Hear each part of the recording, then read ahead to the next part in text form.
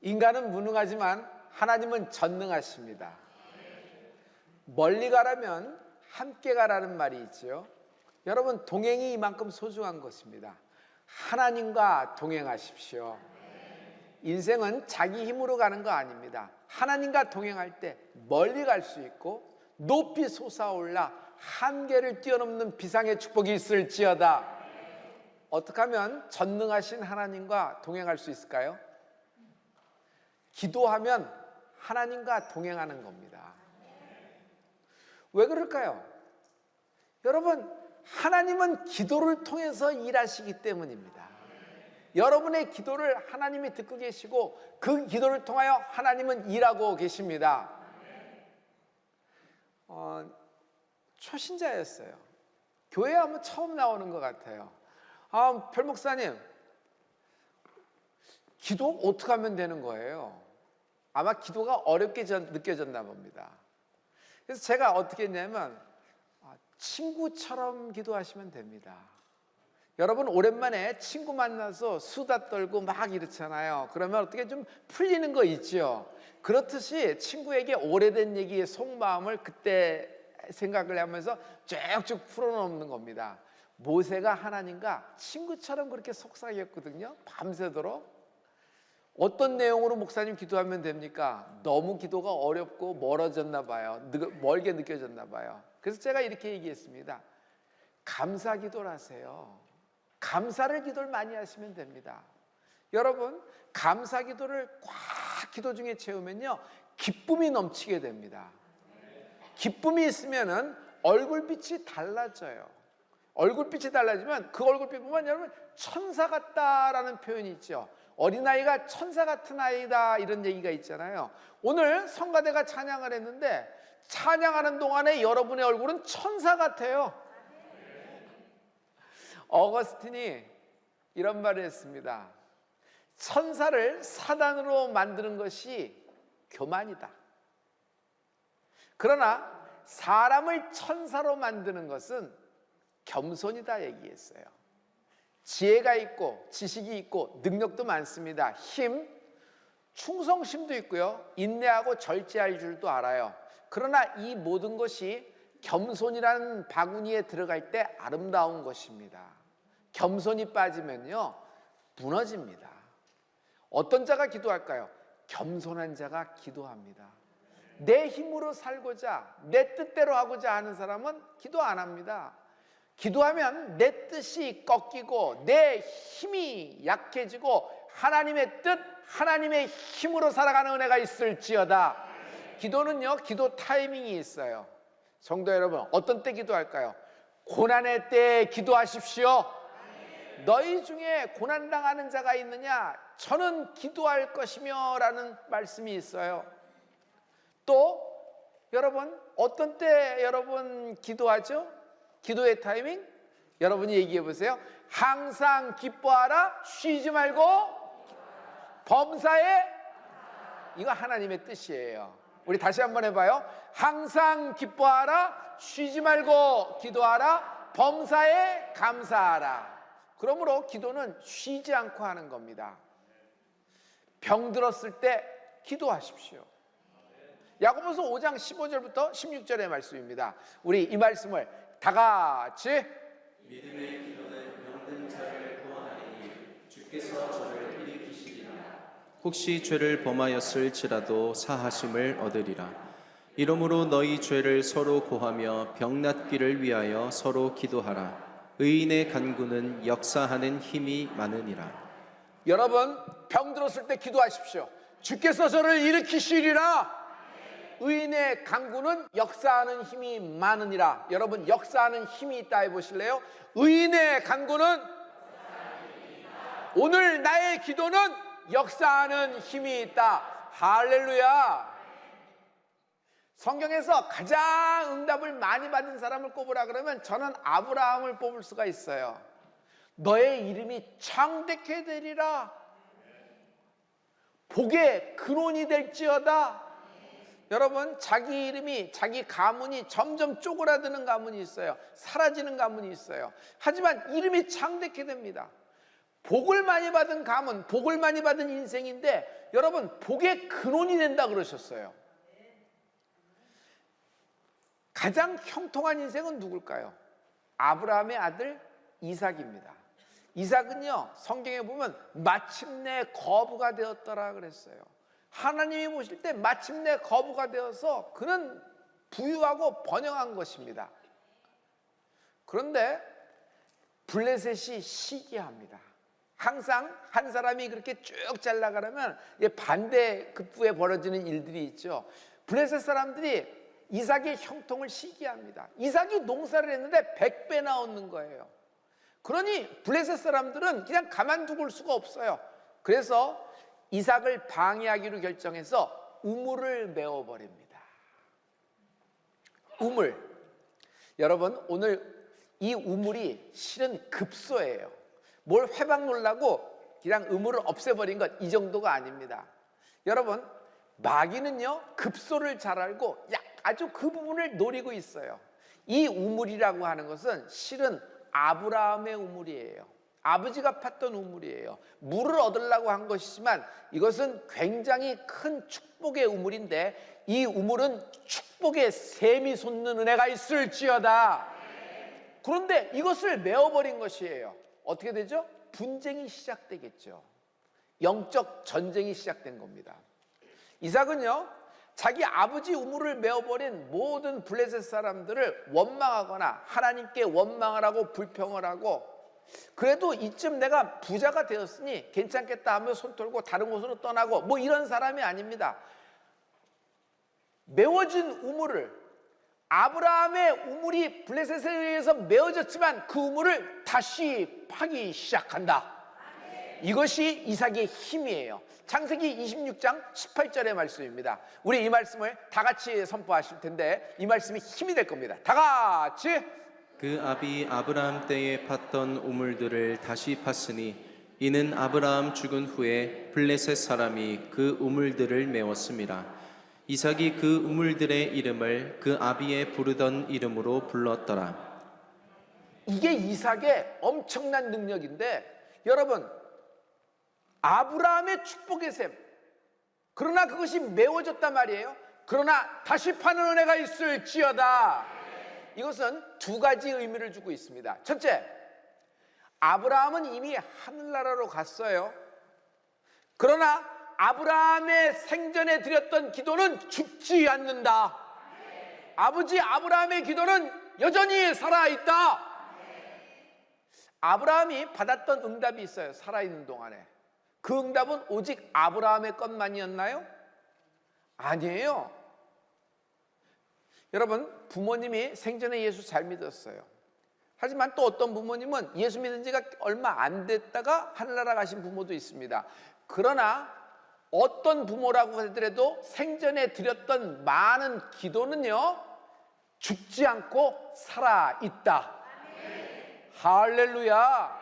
어떤 사람은 당대의 믿음이 있어요. 저는 기도를 해준 부모가 없었는데요 그러면서 실망할 텐데 아직 실망하긴 이릅니다. 당신이 아브라함이 되는 것이에요. 왜냐하면 오늘 내가 드린 기도는 죽지 않는다. 나의 기도는 살아있다. 지금 내 아들과 딸에게도 내려갈 뿐더러 내가 심지어 하늘나라 가고 이 땅에서 사라진다고 하더라도 그 기도는 죽지 않고 살아 역사하고 있다. 둘째, 아브라함의 우물이 이삭의 우물이 되는 순간입니다. 어제는 아브라함의 우물이었어요. 그런데 그 메워진 우물을 이삭이 다시 파면서 오늘은 이삭의 우물이 되는 것입니다. 이 이야기를 제가 단순하게 한 문장으로 끝낼 수가 있어요. 여러분 성가곡 중에 엘리야의 하나님이라는 찬양이 있어요. 엘리야의 하나님이 나의 하나님이라는 얘기예요. 엘리야는 기도를 통해서 하늘의 문을 열고 닫는 사람이에요. 엘리야는요 유력한 가문, 명문 가문에서 태어난 사람이 아니라 평범하고도 평범한 가문의 인물이었어요. 그러나 그가 갈멜산에서 기도합니다. 그의 기도가 얼마나 능력이 있었는지 3년 6개월 동안 비가 그쳤습니다. 하늘의 문을 닫아버린 것이에요. 그러나 그가 다시 기도한 즉 하늘이 창을 열고 비를 쏟기 시작을 하는 것입니다. 할렐루야. 야고보서 5장 17절부터 18절의 말씀입니다. 우리 이 말씀을 다 같이. 엘리야는 우리와 성정이 같은 사람이로되 저가 비 오지 않기를 간절히 기도한즉 3년 6개월 동안 땅에 비가 아니오고 다시 기도한즉 하늘이 비를 주고 땅이 열매를 내었느니라. 사랑하는 성도 여러분, 하나님은 비를 주시기로 결정을 하신 겁니다. 약속을 하셨어요. 그러면은 엘리야가 기도 안 해도 비가 올 거 아니에요. 그런데 그렇지가 않아요. 하나님은 절차를 갖고 계세요. 하나님은 질서의 하나님이에요.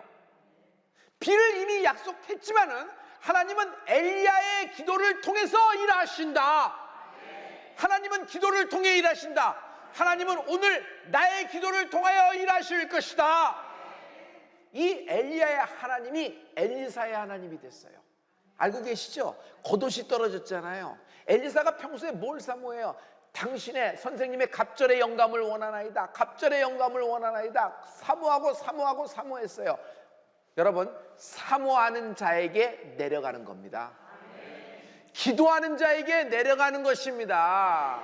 굳이 야곱은 장자가 아니었습니다. 그러나 사모하고 열망하고 소원한 자에게 장자권이 내려가는 것을 알 수 있죠. 여러분, 엘리야의 하나님이 엘리사의 하나님이 됐습니다.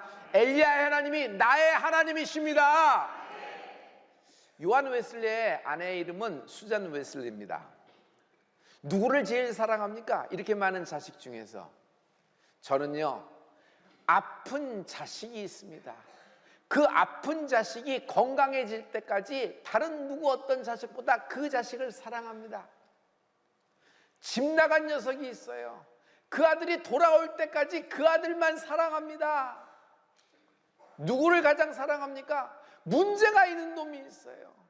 그러면 그 문제 있는 녀석이 문제가 해결될 때까지 가장 사랑하면서 그 아들을 위해서 기도하는 것입니다. 여러분,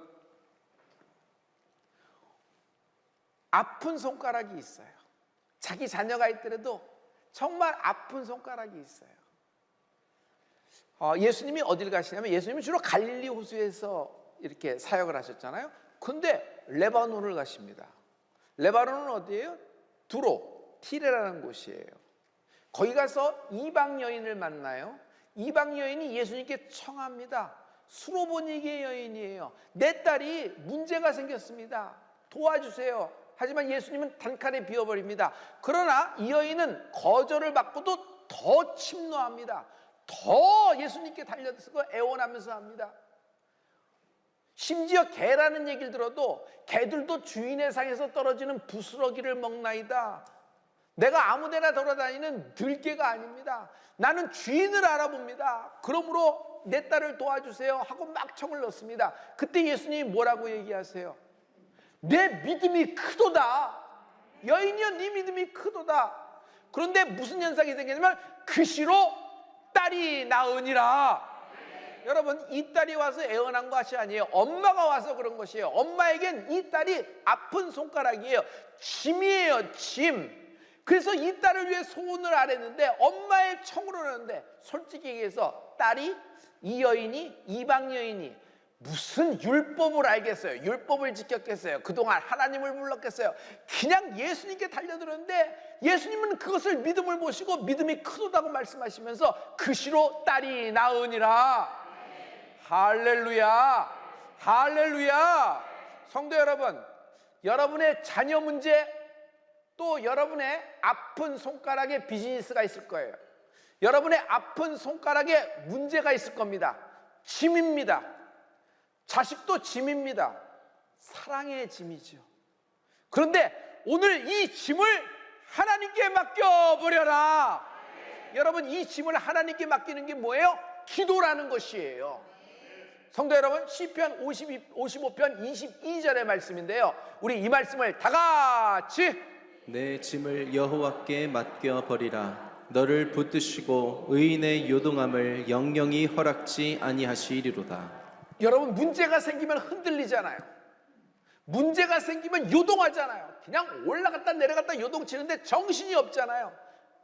그런데 하나님은 하나님께 짐을 맡기는 인생을 영영이 요동치 아니하리라, 흔들리지 않게 하신다는 것이에요. 둘째, 이 축복의 역사, 여러분, 아브라함의 우물이 이삭의 우물이 되었듯이 성도 여러분, 엘리야의 하나님이 엘리사, 나의 하나님 되었듯이 성도 여러분, 이 기도의 축복이, 기도의 능력이 우리에게도 내려오고 있습니다. 할렐루야. 어느 순간 기도의 효력이 딱 끊어진 것 같은 느낄 때가 있어요. 이렇게 냉랭해졌다.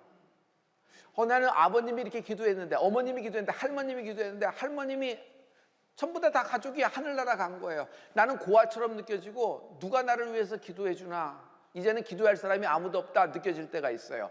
그러나 여러분, 기도의 효력은 정지되지 않습니다.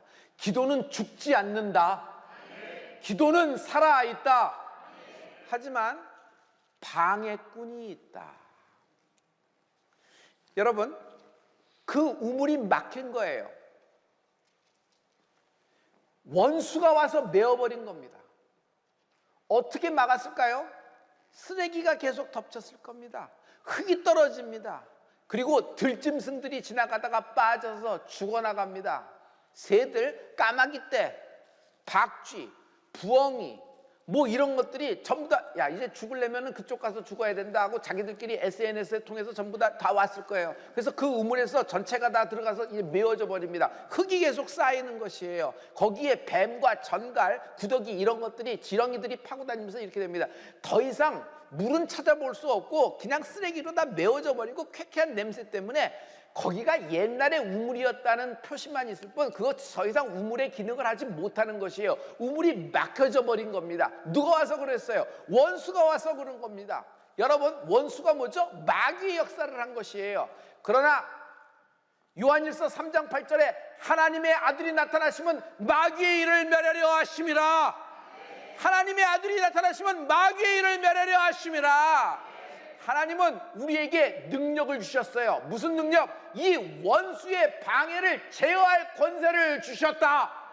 누가복음 10장 19절의 말씀인데요, 우리 이 말씀을 다 같이, 내가 너희에게 뱀과 전갈을 밟으며 원수의 모든 능력을 제어할 권세를 주었으니 너희를 해할 자가 결단코 없으리라. 여러분, 우리에게 하나님이 주신 권세가 있어요. 예수 이름의 능력에는 어떤 권세가 있냐면 제어할 권세가 있다. 여러분, 기도할 때, 여러분 예수님의 이름으로 기도할 때 제어할 권세가 있습니다. 이런 모든 막혔던 축복의 샘, 축복의 우물을 다시 파는 은혜가 있을지어다. 골고다는 구원의 우물이에요. 거기서부터 예수님의 보혈이 흩어져 나온 거예요. 그래서 전 인류를 구원시키는 보혈이 흐른 것입니다. 마가다락방은 성령의 우물이에요. 거기서 120문도가 오순절 기도하면서 성령이 하나님의 불이 바람같이 불같이 임한 것입니다. 이제 이 성령의 불은 마가다락방 예루살렘에 갇힌 것이 아니라 유대와 사마리아로 터져나갑니다. 아니, 세상 끝까지 터져나가는, 그리고 우리는 그의 증인되는 은혜가 있을지어다. 할렐루야. 그러므로 하나님이 주신 축복의 우물, 축복의 샘을 다시 파고 지키는 은혜가 있을지어다. 대한민국에게 영적인 우물이 있어요. 평양 대부흥운동입니다. 1907년 평양에서는 대부흥운동이 일어났습니다. 그와 동시에 길손주 장로의 회개로 시작됐어요. 그러므로 대한민국의 교회는 예수님의 피의 복음 위에 세워진 교회들입니다. 회개운동이 벌어졌어요. 100만인의 영혼을 하나님께 돌리자면서 막 급속도로 퍼져나가면서 전국 각지로 이 운동에 영향이 간 것입니다. 그러나 지금 분단된 형실에서 평양은 어떻게 되었죠? 참 참담하기 그지없습니다. 성도 여러분, 막힌 평양의 대부흥운동의 우물을 다시 파는 은혜가 있을지어다. 할렐루야. 그곳에 있는 모든 뱀과 전갈을 제어할 권세를 하나님이 우리가 주신 것입니다. 여러분, 우리가 기도할 때 하나님이 대부흥을 대한민국에 선물할 줄 믿습니다. 어떤 특별한 목회자, 어떤 누구의 탁월한 설교력에서 움직이는 것이 아닙니다. 정말 하나님의 부흥은 정말 나이 어린 청년, 어떤 소년, 아니면 정말 무명의 그리스도인, 평신도를 통해서 이루어지는 겁니다. 하지만 우리가 연합하여 한마음이 되어 하나님께 기도할 때 여러분, 아무 일도 안 일어나는 듯한 정말 그런 오랜 시간을 보일 수도 있어요. 왜냐하면 그것이 기도의 밑불이 되는 것이에요.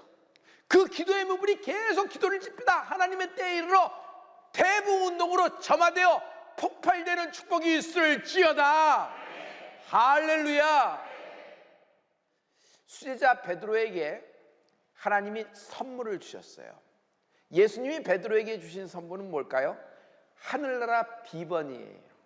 하늘나라를 열고 닫을 수 있는 천국 열쇠의 비번을 주신 것이에요. 우리 여러분 마태복음 16장 19절의 말씀인데요, 우리 다 같이 이 말씀을 한번 가보죠. 다 같이. 내가 천국 열쇠를 내게 주리니 내가 땅에서 무엇이든지 매면 하늘에서도 매일 것이요 내가 땅에서 무엇이든지 풀면 하늘에서도 풀리리라 하시고. 여기 천국 열쇠가 있죠. 그런데 제가 로마 가서 너무너무 정말 아주 상상치도 못한 장면을 목격한 적이 있습니다. 로마 성지 다큐멘터리를 방송국과 함께 찍을 때였습니다. 근데 이 로마 가면 동상들이 많잖아요. 검을 들고 있는 동상이 있어요. 검을 들고 있는 동상은 뭐냐면은 사도 바울입니다. 사도 바울은 말씀의 검, 성령의 검을 들고 있어요. 그래서 검을 들고 있는 사람 하면은 무슨 어떤 검객 이렇게 생각하지 말고 사도 바울이라고 보면 거의 맞아요. 그런데 여러분께 퀴즈를 내볼게요. 열쇠를 들고 있는 사람이 있어요. 누굴까요? 베드로예요. 그런데 가만 보니까 열쇠가 이상해요. 하나가 아니야. 2개를 들고 있어요. 그래서 저것만 특별하게 그런가 했더니 다른 동상을 봐더라도 2개씩 들고 있어요. 왜 열쇠가 2개지? 하면서 말씀을 다시 봤는데 깜짝 놀란 거예요. 거기 우리나라 성경에는 천국 열쇠를 내게 주리니 하고 있는데 영어 성경을 보면은 복수예요. I will give the keys.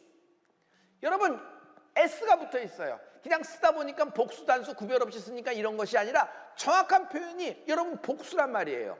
그러면 왜 2개일까라는 문제가 생겼어요. 저는 성경을 볼 때 거기서 다시 볼 때 제가 깨닫기 시작한 것이 있느니, 내가 무엇인지 땅에서 매면은 하늘에서도 매일 것이고 무엇인지 땅에서 풀면 하늘에서도 풀리리라 하시니라. 하나의 열쇠는 매는 열쇠고 하나의 열쇠는 푸는 열쇠다. 할렐루야. 여러분, 우리가 신앙생활을 하고 기도를 할 때 장애물이라는 것이 있어요. 방해꾼이라는 것이 있어요. 다니엘이 기도합니다. 다니엘은 기도의 사람이에요. 그런데 그 다니엘이 기도할 때도 방해꾼이 있는 것이에요. 기도가 뚫고 나가지를 못해요. 그러나 다니엘은 이 영적 비밀을 잘 알고 계속 기도합니다. 그 막힌 샘을 파는 거예요. 막힌 우물 다시 뚫어버리는 거예요. 마침내 21일째 가브리엘 천사장까지 합세하면서 다니엘에게 응답이 임하니 다니엘의 응답을 받는 20일이 되는 은혜가 있을지어다. 할렐루야. 그러므로 기도는 죽지 않는다. 기도는 살아있다. 여러분, 예수의 이름으로 기도하십시오. 예수님의 이름으로 기도할 때 주님은 우리의 기도를 듣고 시행하시는 것입니다. 여러분이 오늘 드린 모든 기도는 죽지 않을 것입니다. 살아있다. 할렐루야. 모든 질병에 대해서, 여러분의 벌어지는 모든 사건 사고들에 대해서, 불행한 일에 대해서, 알 수 없는 질병들에 대해서 나사렛 예수 이름으로 명한다. 내가 모든 사단의 장난을 예수님 이름으로 묶노라. 여러분, 선포하고 기도하십시오. 하나님은 우리에게 이런 제어할 권세를 주신 것입니다. 이제 우리의 기도가 죽지 않고 살아있어서 마침내 대한민국에 부흥이 임할 줄 믿습니다.